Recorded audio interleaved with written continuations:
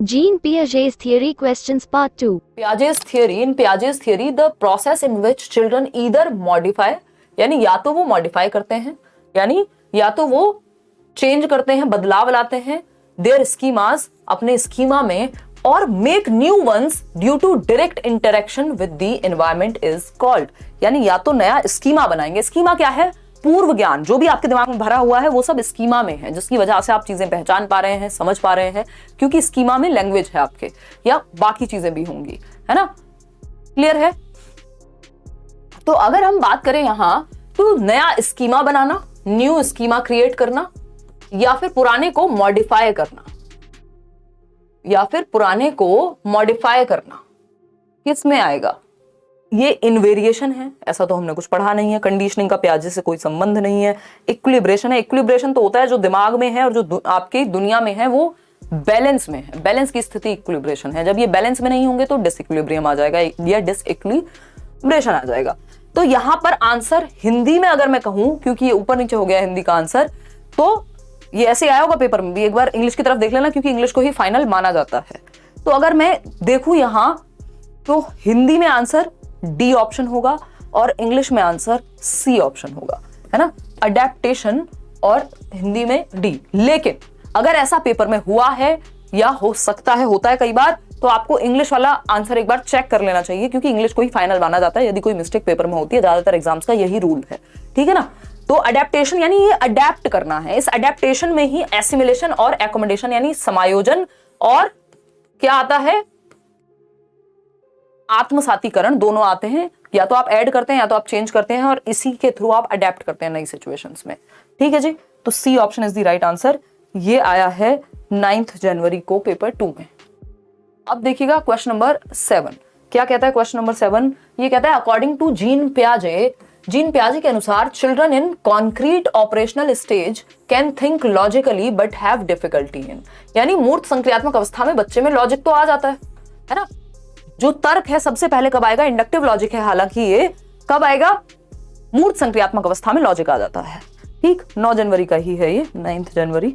तो अगर हम बात करें डिफिकल्टी किस चीज में होगी, लॉजिक तो आ गया, परेशानी किस चीज में होगी, ये पूछा है हमसे।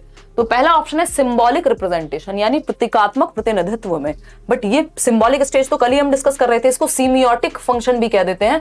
भाषा बदलने में पूरा माहिर है, पेडागोजी में लैंग्वेज का खेल है। आपका जो पेपर है वो भाषा बदलने में एकदम परफेक्ट।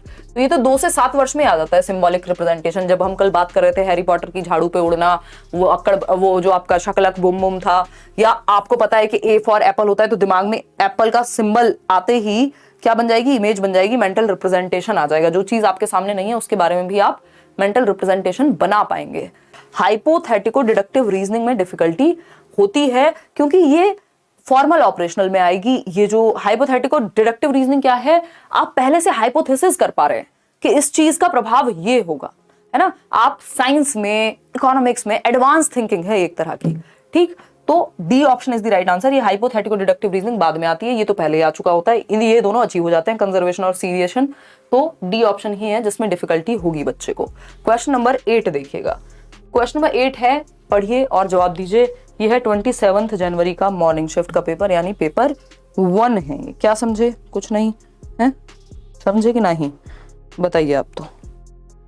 तो अगर हम बात करते हैं यहाँ पे, डी ऑप्शन कह रहे हैं, डी कह रहे हैं, सी कह रहे हैं, डी कह रहे हैं 66% लोग। चलिए समझते हैं कहानी क्या है। समझते हैं कहानी क्या है। अकॉर्डिंग टू जीन पियाजे थियरी ऑफ कॉग्निटिव डेवलपमेंट, भाई इनका जो संज्ञानात्मक विकास का सिद्धांत है, at which stage most children develop concerns about social issues. ये हम एक सेशन में और कर चुके हैं। 1-2 क्वेश्चन हैं जो मल्टीपल शिफ्ट्स में रिपीट हुए हैं, ये उनमें से एक है। तो सामाजिक मुद्दों पे और जस्टिस की, न्याय की बात करने लग जाएगा बच्चा।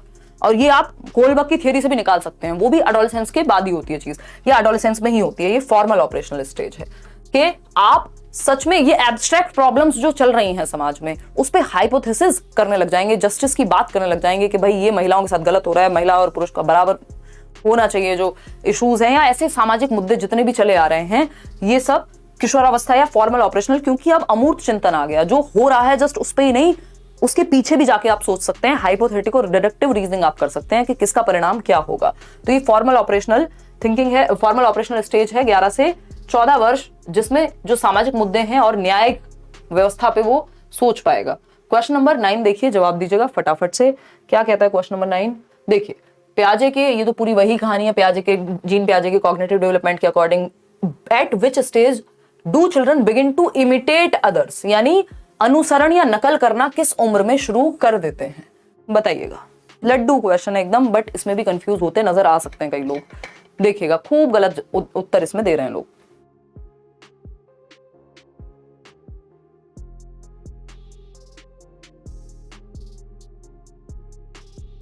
फटाफट से आंसर कीजिए। अगर हम बात करते हैं कि इमिटेट करना यानी दूसरों का अनुसरण या अनुकरण करना, नकल करना, कॉपी करना, बच्चा कब शुरू कर देगा? पोल गलत कैसे आ रहा है, दिखाना जरा। क्वेश्चन नंबर 9 ही तो लिखा है यार, है?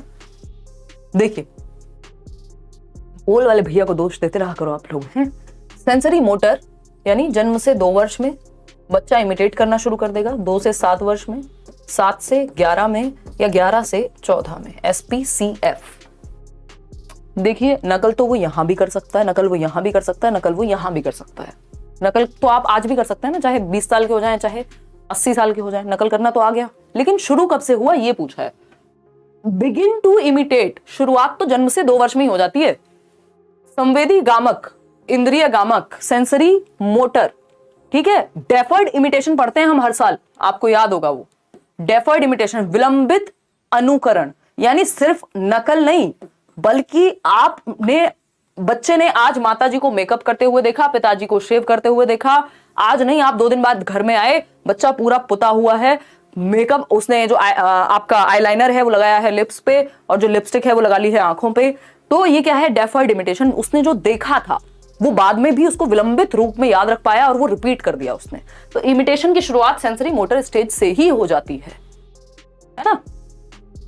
और ये रहता प्री ऑपरेशनल में भी, ये जीवन भर रहेगा। तो शुरुआत कहां से हो रही है? सेंसरी मोटर से हो रही है। तो इसमें 53% लोग गलत उत्तर दे रहे हैं। इसका जो सही उत्तर है वो है सेंसरी मोटर। क्लियर है बात? 30 जनवरी को आया हुआ क्वेश्चन। आगे बढ़ते हैं। क्वेश्चन नंबर 10 देखिएगा एक बार। क्वेश्चन नंबर 10 देखिएगा। देखिए हर एक स्टेज की ना अपनी एक विशेषता है। इमिटेशन की बात करेगा, ऑब्जेक्ट परमानेंस की बात करेगा, तो ये एक स्टेज है। अगर बात करेगा किसकी? सिंबॉलिक थॉट की, वो दूसरी स्टेज है प्री ऑपरेशनल, है ना। सीरिएशन की बात करेगा, वो तीसरी स्टेज है।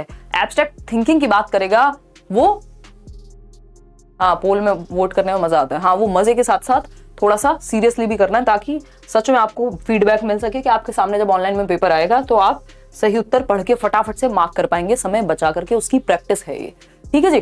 तो अगर हम बात करें 33% वाले में थी मैं, कोई कह रहा है बहुत बढ़िया जी। क्वेश्चन नंबर 10 है, in accordance to Jean Piaget's theory of cognitive development, a teacher should give tasks requiring dash to students in age group 7 to 11 years for working independently. यानी 7 से 11 वर्ष के बच्चों को किस तरह के टास्क देने चाहिए एक टीचर को, ये पूछा है।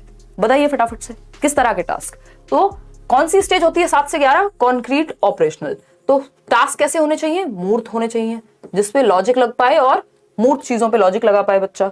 हाइपोथेटिकल डिडक्टिव रीजनिंग के टास्क तो फॉर्मल ऑपरेशनल में देने हैं लास्ट स्टेज में 11 से 14 में। रिवर्सिबल थिंकिंग, हाँ इस स्टेज में रिवर्सिबल थिंकिंग आ जाती है। क्यों? क्योंकि कॉन्क्रीट ऑपरेशनल में कंजर्वेशन आता है, संरक्षण में रिवर्सिबल थिंकिंग की जरूरत होती है, डिसेंट्रेशन की जरूरत होती है। तो यहाँ पे डिसेंट्रेशन होता है तब भी सही है। पैसिव इमिटेशन की कोई स्टेज पियाजे नहीं कहते। ऑब्जेक्ट परमानेंस जन्म से 2 वर्ष में ही आ जाता है। 7 से 11 में रिवर्सिबल थिंकिंग ही प्रतिवर्ती चिंतन के बर्फ पानी बन सकती है, यानी आइस कैन बिकम वाटर और water can be freezed into ice. तो ये क्या है? ये रिवर्सिबल थिंकिंग है। 1 से 100 तक, 100 से 1 तक, ठीक। ये सीरिएशन का गुण हो गया। अगर हम बात कर रहे हैं स्कूल से घर और घर से स्कूल का रास्ता याद हो सकता है इस उम्र में, तो रिवर्सिबल थिंकिंग यानी चीजों को रिवर्स कर पाना, बी ऑप्शन। आगे बढ़ेंगे क्वेश्चन नंबर 11 पर। देखिए एक बार 30 जनवरी का पेपर है ये, पेपर 1। क्या है question? According to Jean Piaget's theory of cognitive development, at which stage do most children, यानी ज्यादातर बच्चे become capable of solving abstract problems in logical fashion, यानी अमूर्त समस्याओं को तार्किक रूप से, यानी लॉजिक अबाउट एब्स्ट्रैक्ट थिंकिंग। तो अब वो अमूर्त चीजें जो उसके सामने नहीं है उसको भी तार्किक रूप से उस पर चिंतन कर पाएगा, लॉजिक लगा पाएगा। कौन सी स्टेज है भैया? एब्स्ट्रैक्ट लिखा है तो सीधा दौड़ के जाओ फॉर्मल ऑपरेशनल पे। 11 से 14 वर्ष, आसान सा क्वेश्चन है, इसमें कुछ भी नहीं है। अगर इसमें कॉन्क्रीट लॉजिक लिखा होता तो कॉन्क्रीट ऑपरेशनल हो जाता।